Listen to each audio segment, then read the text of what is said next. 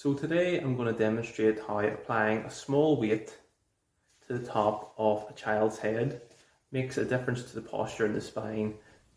Hi guys, I'm Vince from Posture Prime. Welcome to the channel where I help you get your posture and overall health back on track. So let's get at it. So as you can currently see, Arthur, who is 6, his sitting position, his spine is curved and his head is forward as he leans into his work. But as I apply a weight to the head, you will see how the spine adjusts and corrects it. Okay. Arthur, I'm going to apply a small weight to your head now. And I want you to do your best to keep that on your head, and I want you to keep your head up as tall as you can to keep the weight on your head. Good, and that is your job. And don't let the weight come off. Lovely. You stay there for me.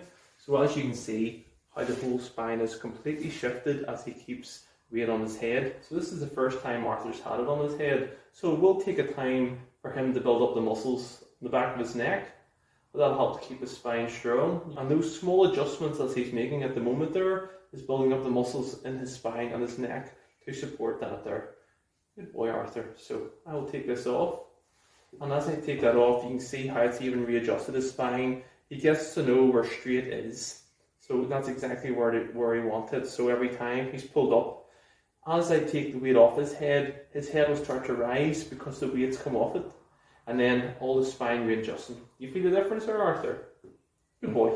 Doing this helps to really relieve any tension around the neck and shoulders, but helps that spine to grow in the right direction and makes a real big difference in the concentration levels, creating more blood flow into the head.